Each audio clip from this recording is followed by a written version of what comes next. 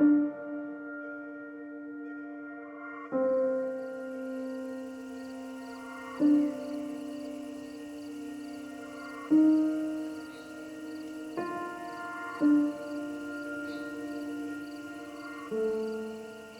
various occasions throughout the history of the Church of Jesus Christ of Latter-day Saints, we have erected monuments to commemorate important anniversaries. On the Prophet Joseph Smith's 100th birthday in 1905, for example, President Joseph F. Smith dedicated a large obelisk at the Prophet's birthplace in Sharon, Vermont. On another significant centennial, July 24th, 1947, 100 years after the pioneers entered the Salt Lake Valley, President George Albert Smith dedicated the This Is the Place monument at the mouth of Emigration Canyon in Salt Lake City, Utah.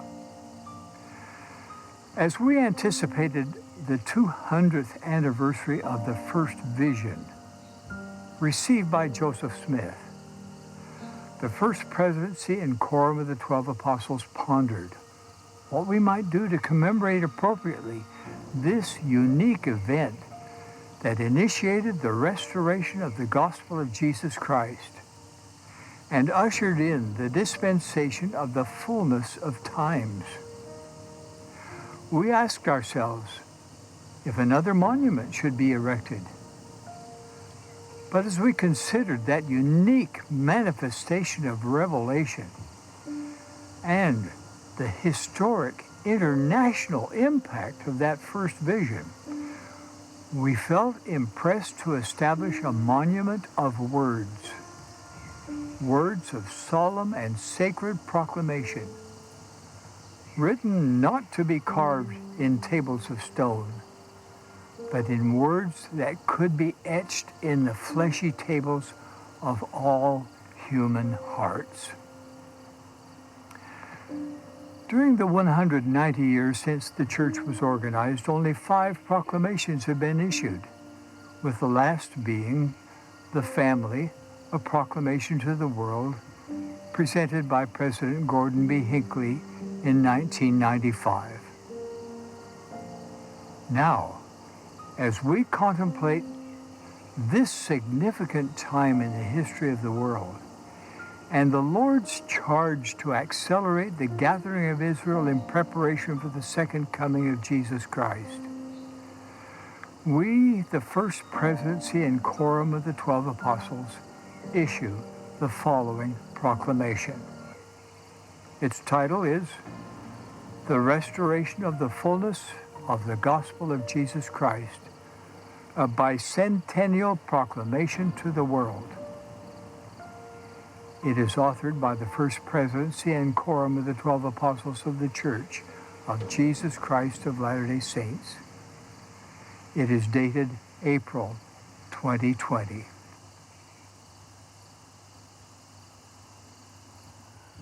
We solemnly proclaim that God loves His children in every nation of the world. God the Father has given us the divine birth, the incomparable life, and the infinite atoning sacrifice of His beloved Son, Jesus Christ. By the power of the Father, Jesus rose again and gained the victory over death. He is our Savior, our exemplar, and our Redeemer. 200 years ago, on a beautiful spring morning in 1820, young Joseph Smith, seeking to know which church to join, went into the woods to pray near his home in upstate New York, USA. He had questions regarding the salvation of his soul and trusted that God would direct him. In humility, we declare that in answer to his prayer, God the Father and His Son, Jesus Christ, appeared to Joseph and inaugurated the restitution of all things as foretold in the Bible.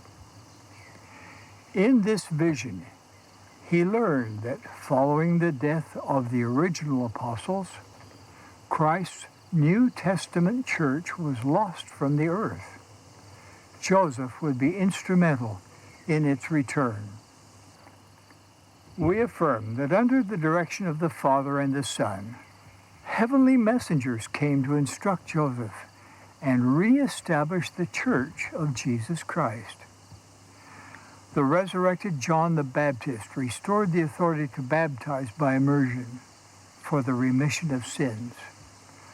3 of the original 12 apostles, Peter, James, and John, restored the apostleship and keys of priesthood authority. Others came as well, including Elijah, who restored the authority to join families together forever in eternal relationships that transcend death. We further witness that Joseph Smith was given the gift and power of God to translate an ancient record, the Book of Mormon, another testament of Jesus Christ. Pages of this sacred text include an account of the personal ministry of Jesus Christ among people in the Western Hemisphere soon after his resurrection. It teaches of life's purpose and explains the doctrine of Christ, which is central to that purpose. As a companion scripture to the Bible, the Book of Mormon testifies that all human beings are sons and daughters of a loving Father in heaven, that he has a divine plan for our lives, and that his Son, Jesus Christ, speaks today as well as in days of old. We declare that the Church of Jesus Christ of Latter-day Saints, organized on April 6, 1830, is Christ's New Testament church restored.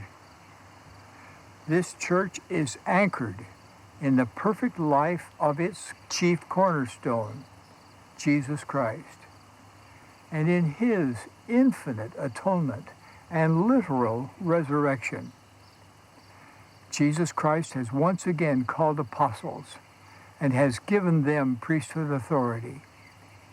He invites all of us to come unto him and his church to receive the Holy Ghost, the ordinances of salvation, and to gain enduring joy. 200 years have now elapsed since this restoration was initiated by God the Father and his beloved Son, Jesus Christ. Millions throughout the world have embraced a knowledge of these prophesied events. We gladly declare that the promised restoration goes forward through continuing revelation. The earth will never again be the same, as God will gather together in one all things in Christ. With reverence and gratitude, we as his apostles invite all to know, as we do, that the heavens are open. We affirm that God is making known his will for his beloved sons and daughters. We testify that those who prayerfully study the message of the restoration and act in faith will be blessed to gain their own witness of its divinity and of its purpose to prepare the world for the promised second coming of our Lord and Savior, Jesus Christ.